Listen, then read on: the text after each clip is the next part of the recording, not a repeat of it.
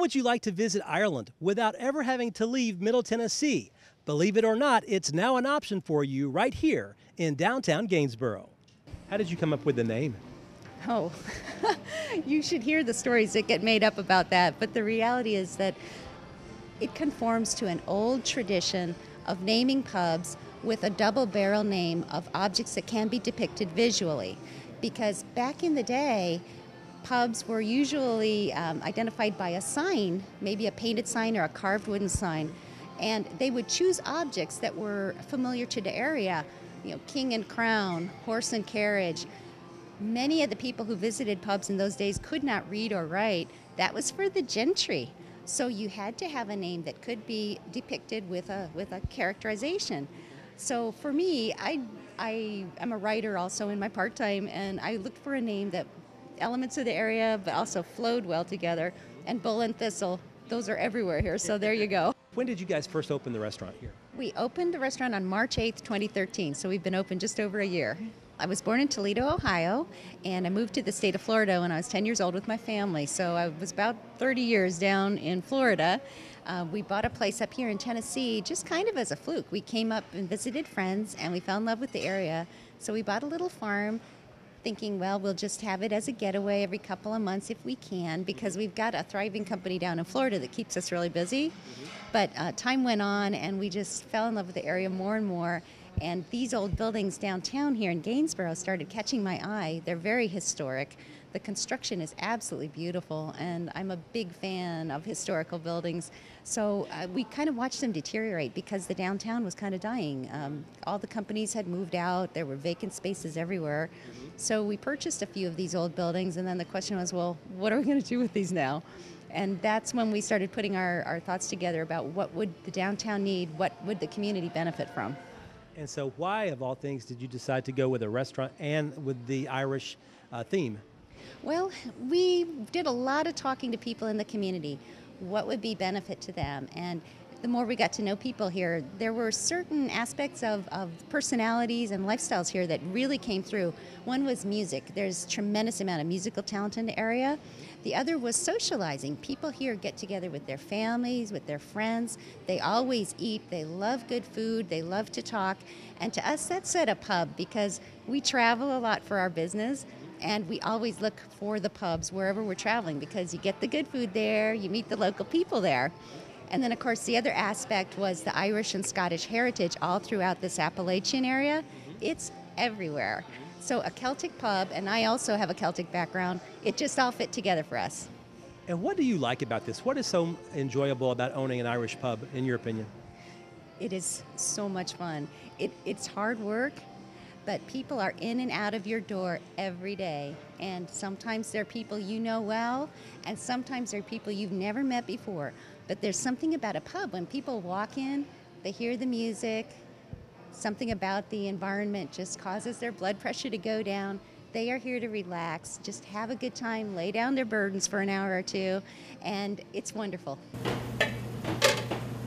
Also, you have an authentic Irish chef. We do. His name is Chef Barry O'Connor, and he's absolutely wonderful. He comes to us from Cork, Ireland, and he is a 5-star chef. He has been classically trained. He did his apprenticeship in Paris and in London, and then for years and years, he ran his own award-winning restaurants all throughout Ireland. So when we decided to do this, because of the authenticity of the building, our intention was to make the food as authentic as possible. So I went on a search in Ireland for a chef. We used a website in Ireland that's the equivalent of monster.com here. And that way we got only bona fide entries from chefs who really wanted the job. How in the world did somebody from Ireland wind up in Gainesboro, Tennessee? The internet. I suppose basically Diana and Louis. Louis is Diana's husband. Initially when they purchased the premises, we're sourcing a chef from the 4 countries, Ireland, England, Wales and Scotland, and put an ad on, and I'd subsequently seen it. But I used to do a lot of consultancy in other regions and other areas in other countries, and we saw it and we spoke initially, and I came over, visited the area, and I suppose I was shocked slightly, well, a lot really, But I could see the vision that they had for the place, and it was much the same as what I had done myself, because I had 5 pubs back in Ireland at one stage, and I could see the similarities and I suppose the total commitment they had to the area, number one, and to bring a production kitchen that you can see here. We make everything, and I think that reflects in the food, and that was their goal, and that was part of my goal. So I suppose we hit it off really well, and we're driven to, the same results, really. And how is it going so far for you? You've been here a little over a year now. I'm here over a year, yeah. It's very good.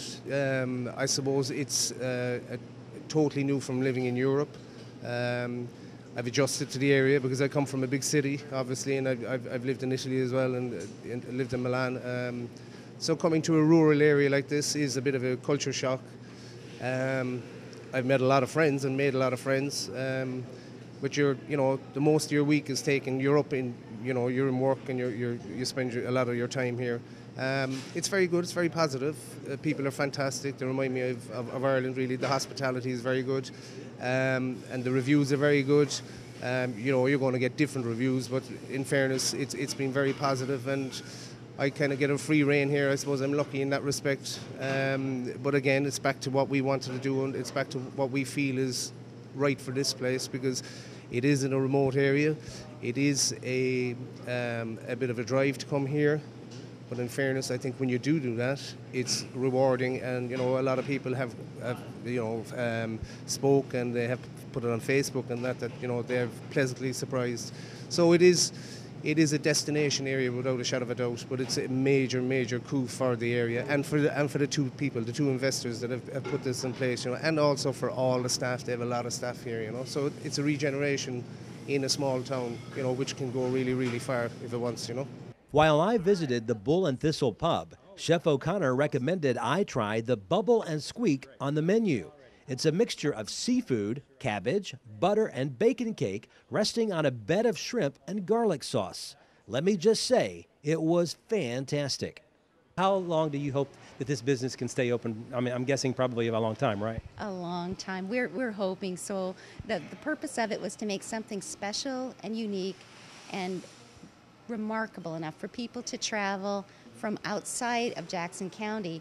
Jackson County has been struggling economically, so we wanted to make something to draw business in from other areas. So on any given night, especially Friday or Saturday, probably 80% plus of our customers are coming from Nashville or Knoxville or other areas, sometimes as far as Kentucky. And that's a wonderful thing for everyone. We've seen some additional restaurants open up on the square as a result. So we're hoping that we can continue the trend, be successful here, and maybe others be successful too. The Bull and Thistle Pub is open Wednesday through Sunday. It's located on the square in downtown Gainesboro.